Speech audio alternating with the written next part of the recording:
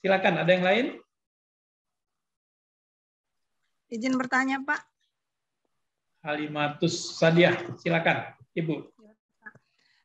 Di beberapa tugas yang sebelumnya kan saya sudah membuat dengan judul pembelajaran berbasis proyek untuk meningkatkan pemahaman konsep dan berpikir kreatif untuk siswa SMK.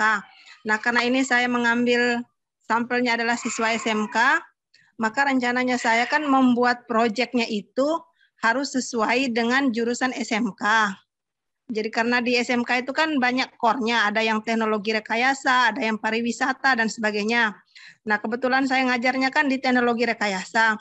Tetapi ada juga kemarin yang memberi masukan bahwa kalau misalnya hanya mengambil proyeknya, misalnya hanya di core teknologi rekayasa, katanya terlalu sempit untuk penggunaannya. Nah, menurut Bapak gimana seharusnya? Apakah kami mengambil proyeknya sesuai dengan core SMK tertentu atau kita ambil proyeknya proyek kimia umum saja atau gimana, Pak? Oke, terima kasih. Menarik pertanyaannya Bu Halimah. Jadi kalau saya riset, kalau saya jadi ibu ya, saya harus memastikan yang saya kerjakan itu ada manfaatnya untuk saya, ada manfaatnya untuk sekolah saya, ada manfaatnya untuk murid saya.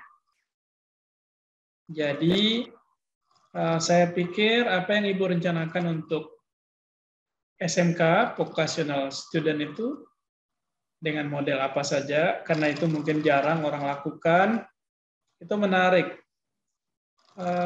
Saya setuju dengan rencana Ibu, misalnya fokus pada tema tertentu saja, enggak apa-apa, boleh begitu.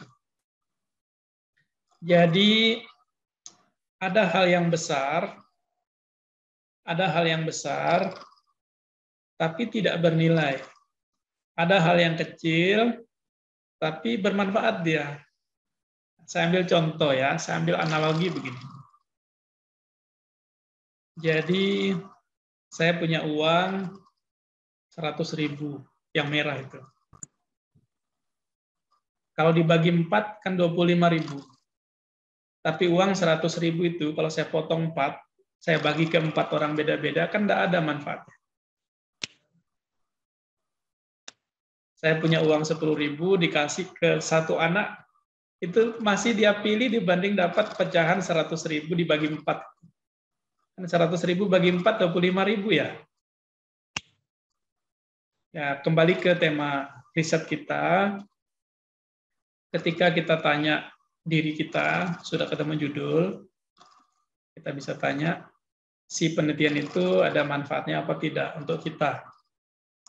Kira-kira kalau kita lakukan, bisa diterima apa tidak oleh komunitas kita. Ada kita melanggar SARA apa tidak? Kalau tidak ada, sudah lewat satu. Kemudian, kira-kira kalau dikerjakan bisa selesai apa tidak? Kemudian berikutnya, setelah kita dapat itu, kira-kira data yang kita akan inginkan itu bisa diukur apa tidak? Gitu. Nah, measurable dia. Jadi harus apa yang kita inginkan, data yang kita harapkan itu harus bisa kita dapatkan, dan itu harus ada bayangannya di awal. Jadi di rencana kita itu harus tahu kita dari awal, saya ingin dapat data ini, cara dapatnya begini, saya bisa dapat apa enggak. Kalau enggak dapat, enggak usah. Cari opsi yang lain. Nah, kembali ke temanya Bu Halimah tadi, karena Ibu di SMK, fokus penelitiannya di SMK saja. Apa masalah di tempat Ibu? Fokus selesaikan masalah di situ saja.